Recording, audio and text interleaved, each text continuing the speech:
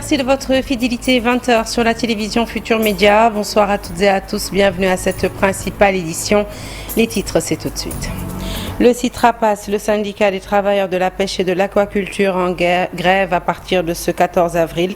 Les raisons de ce mouvement d'humeur, un retard de paiement des indemnités, les détails au micro du secrétaire général du syndicat dans un instant. Les propos du chef de l'État à l'endroit de son prédécesseur déclenchent une vague de réactions au sein de l'espace politique. Le secrétariat exécutif national de l'APR monte au créneau pour pointer une inélégance et exiger que le peuple soit consulté par référendum pour toute modification de l'ordonnancement institutionnel. Mohamed Boun Abdallah Dionne ressuscité à travers ses collaborateurs qui viennent de créer la coalition Dionne, une coalition qui prône le renforcement de la démocratie à travers la paix et le dialogue. Enfin, l'affaire a fait les choux gras de la presse, un braquage digne d'un film hollywoodien au cours duquel la somme de 100 millions a été emportée en plein jour. Le cerveau est toujours en cavale.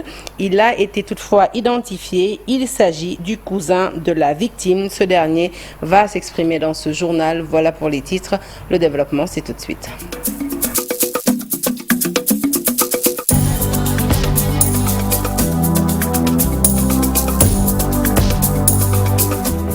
Bonsoir à toutes et à tous. Je vous l'annonce donc tout de suite en titre, un journal que nous ouvrons tout de suite avec le CITRAPAS, le syndicat des travailleurs de la pêche et de l'aquaculture qui compte aller en grève de 48 heures renouvelables à partir du lundi 14 avril 2025.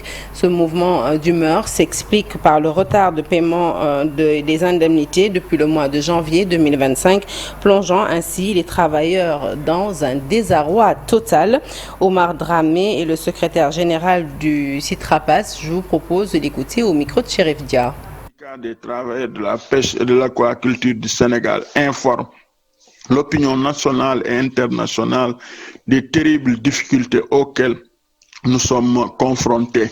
Cela est dû au retard de paiement de nos indemnités depuis le mois de janvier 2025 et s'explique par des lenteurs administratives entre le ministère des Pêches, le ministère des Finances et la primature.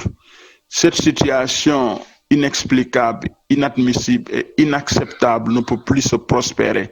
C'est pourquoi nous demandons aux autorités en charge du règlement de ce problème de trouver des solutions immédiates afin de rentrer dans notre droit, dans le cadre, n'est-ce pas, des conséquences qui pourront surgir dans le secteur de la pêche. Et avant d'en arriver à cette situation, nous leur demandons solennellement de trouver des solutions urgentes pour que véritablement les travailleurs puissent retrouver leur dû, car nous sommes fatigués et nous ne pouvons plus donc continuer donc dans cette situation extrêmement.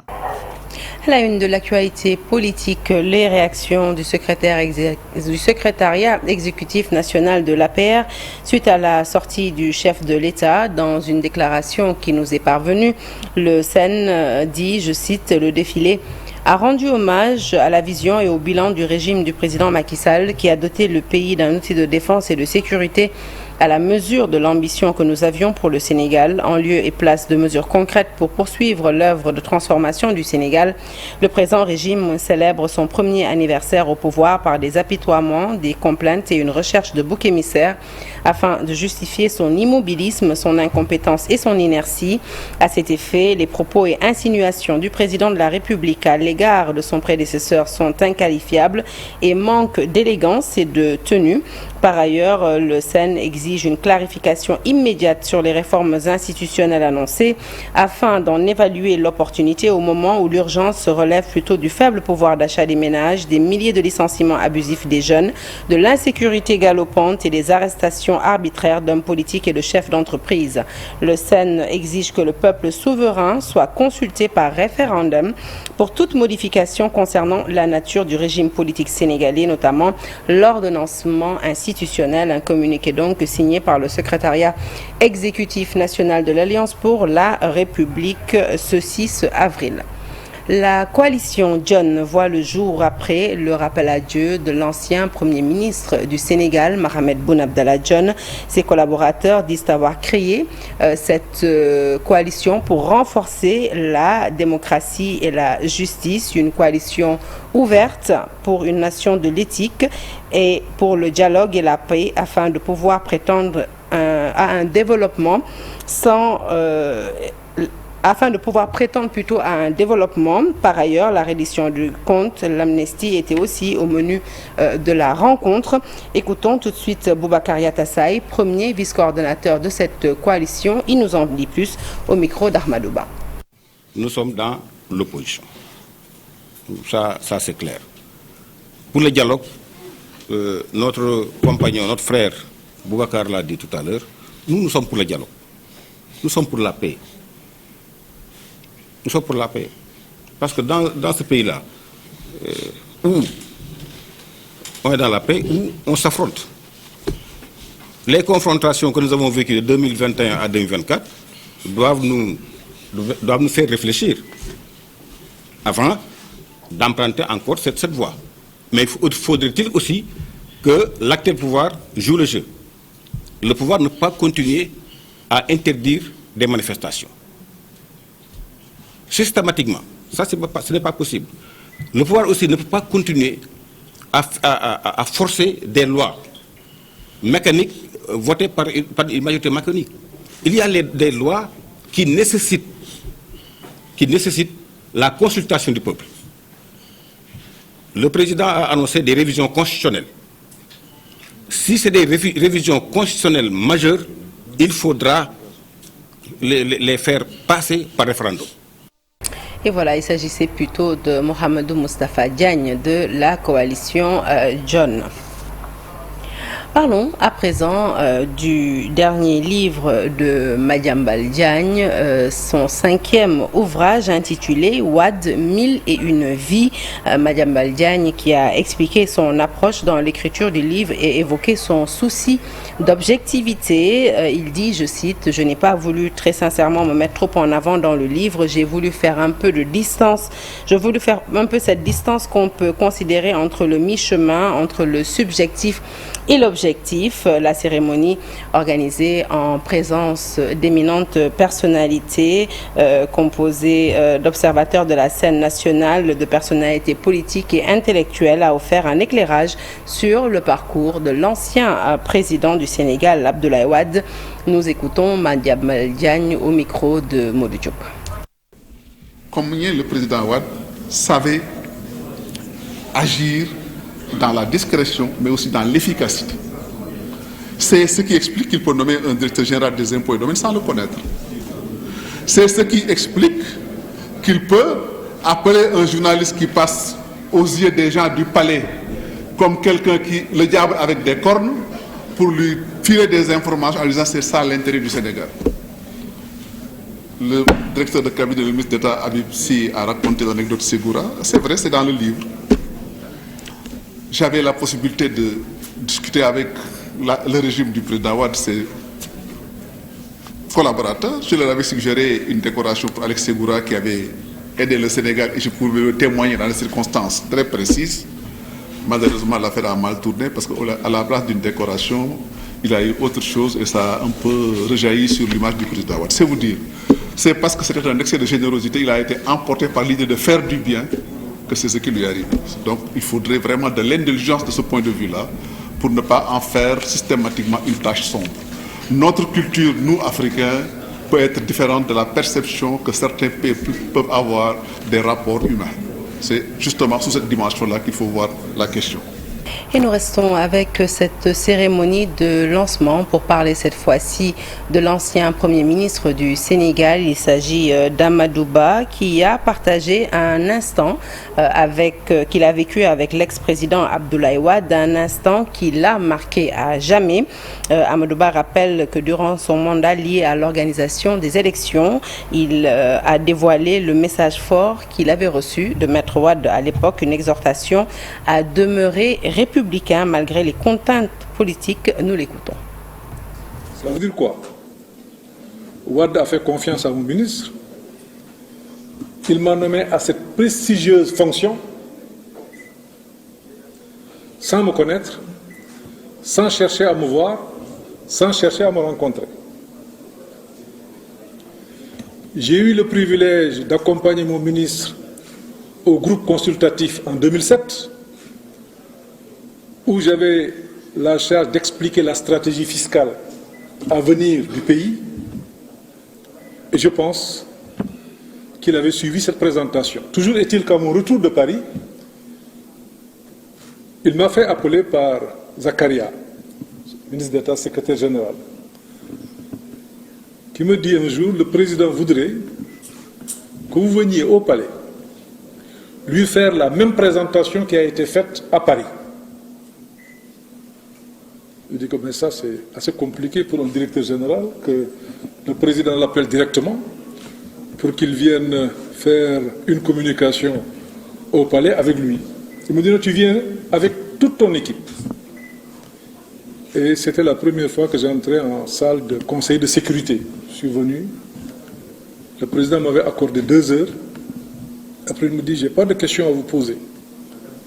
Je vais demander au ministre et au Premier ministre de vous soutenir pour que cette réforme puisse voir le jour. Eh bien, c'est ce Code général des impôts qui régit, jusqu'au moment où je vous parle, les activités fiscales du Sénégal. Je voulais annoncer en titre l'affaire a fait les chauds gras de la presse il y a quelques semaines. Un braquage digne d'un film hollywoodien au cours duquel la somme de 100 millions a été dérobée en plein jour. Le propriétaire, Cheikh Badiane, attend toujours d'entrer dans ses fonds. La division des investigations criminelles a pu mettre la main sur 46 millions de l'argent volé. Mais la tête de file de ce braquage, de surcroît, son cousin, le cousin de la victime, lui, est toujours en cavale. Je vous propose d'écouter tout de suite la victime, Cheikh Badiane. Ils nous en dit plus au micro d'Abib Faye. Il faut savoir que l'enquête suit toujours son cours. Il y en a qui spéculent et disent qu'il y a 60 millions ou 70 millions qui ont été récupérés. Ce qui est sûr et ce qui est écrit sur les PV, c'est 46 190 000 francs. C'est ce qu'on a actuellement récupéré des mains des voleurs. La justice avait mis la main sur quelques braqueurs, mais il faut retenir le nom de Souleymane Ba. On l'a mis en prison avant-hier. Il n'a encore rien sorti. Il n'est pas encore clair dans ses propos. Je ne peux pas en dire plus sur lui. La justice poursuit son travail. Je n'ai pas encore récupéré aussi l'argent. J'aimerais bien le recevoir sincèrement pour continuer mes activités. N'empêche, je suis la démarche de la justice. Donc, je reste patient jusqu'à qu'elle me convoque. Abdoulaye est aussi mon cousin. C'est lui qui a tout orchestré. Il était là lors du partage de l'argent. Il a pris sa part, je ne sais pas combien il en a, et jusqu'à présent, je n'ai aucune nouvelle de lui. On l'a attrapé ou pas, je n'en suis pas sûr. Mon souhait, c'est qu'il soit attrapé, et ça servirait d'exemple pour tout le monde, particulièrement aux familles. À présent, nous évoquons cette colère des habitants de Diamaguène Sicap Mbao, notamment les riverains de la route Talimam Diarra. Réunis en collectif, ils dénoncent le projet de pavage de cette route et réclament un bitumage. Lors d'une conférence de presse, ils ont interpellé les autorités compétentes sur la question. Nous écoutons tout de suite Babacar Ndao, porte-parole du collectif des habitants de Diamaguène Sicap Mbao. Une voie principale, une artère de dégagement là, où desservir toute la zone de la route Talimam Diarra. C'est une route qui fait un linéaire de 2 km 200. Dans le cadre de sa réhabilitation ou de sa reconstruction, il ne faut plus prendre l'erreur ou faire l'erreur, disons, de refaire la structure initiale qui était une structure en enrobé bitumineux. Donc il faudra proposer aux populations un pavage. Ce que nous refutons techniquement. Voilà, il y en a qui évoquent un peu l'aspect conflit d'intérêts. Les populations ont conclu que, est-ce que ce n'est pas parce que Eiffage, en tant que concessionnaire de l'autoroute à péage, n'a pas voulu, disons, perdre un certain nombre de trafics du fait ou du simple fait de la bonne réalisation en enrobé bitumineux de la route Talimam Diarra. Puisque, comme vous le savez, si vous faites une estimation sur un certain nombre d'années, 5 ans, 10 ans, vous verrez que c'est un grand manque à gagner que Eiffage risque, disons, de subir, en tout cas, quand Talimam Diarra est réalisé en Arabie bituminale. Nous demandons aux autorités d'être, disons, aux côtés des populations. La plupart d'entre nous sommes pour le bitumage, sommes pour la réalisation de la route Talimam Diarra en Arabie bituminale et non en pavage. Et puis ça y est, c'est fait. Le président de la République a lancé cet après-midi la caravane nationale Space Bus. L'objectif, parcourir tout le Sénégal, visiter le Sénégal des profondeurs pour éveiller les consciences et susciter des vocations, surtout chez les plus jeunes. À travers cette initiative innovante, le Sénégal entend mobiliser les sciences spatiales comme outil stratégique pour son développement durable ainsi que la construction d'une génération de scientifiques ancrés dans leur époque et tournée vers l'avenir. Le président de la République, Bassirou Diomaye Faye, que nous écoutons. Après le lancement réussi de notre premier nanosatellite en août 2024, j'ai demandé à l'ASES d'accélérer la mise en œuvre de sa feuille de route. Plusieurs infrastructures stratégiques sont soit en cours de réalisation, soit en cours de planification. À ce titre, un centre d'assemblage, d'intégration et de test de microsatellites, des centres de réception au sol de données satellitaires, un incubateur et un centre d'innovation technologique dédié aux startups spatiales, une station de surveillance de l'espace à Kédougou, un observatoire équipé d'un grand télescope à Humboldt et un musée de l'aéronautique et de l'espace. Ces installations offriront aux jeunes l'opportunité de se former, de travailler et d'entreprendre localement dans le domaine de l'espace. Elles constitueront par ailleurs un pôle d'attractivité pour les secteurs publics et privés, nationaux et internationaux, créant des emplois et soutenant la compétitivité de notre économie. Lutte contre la stigmatisation des enfants autistes. L'association Maison Espoir Autisme Sénégal lance le combat et initie une journée de partage avec ses enfants, leurs préoccupations, des centres d'accueil pour les enfants autistes afin de les assurer, de les rassurer et de mieux les prendre en charge. Aminata Diaoudjidjou est secrétaire générale au niveau de l'association Maison Espoir Autisme Sénégal. Nous l'écoutons. am ay xale yoo xam ne ay yaay yoo xam ne dañu am ay doom yoo xam ne dañuy souffrir xel bu matadi ci olof su fekkee ne noonu la ni dañuy am ay jafe-jafe ci wàllu màggin ci wàllu nekk ak seeni ay morom ci wàllu comportement ba nga xam ni loolu tey dafa metti loolu ci yaay yooyu ak ci ñin ñu koy gis suñu.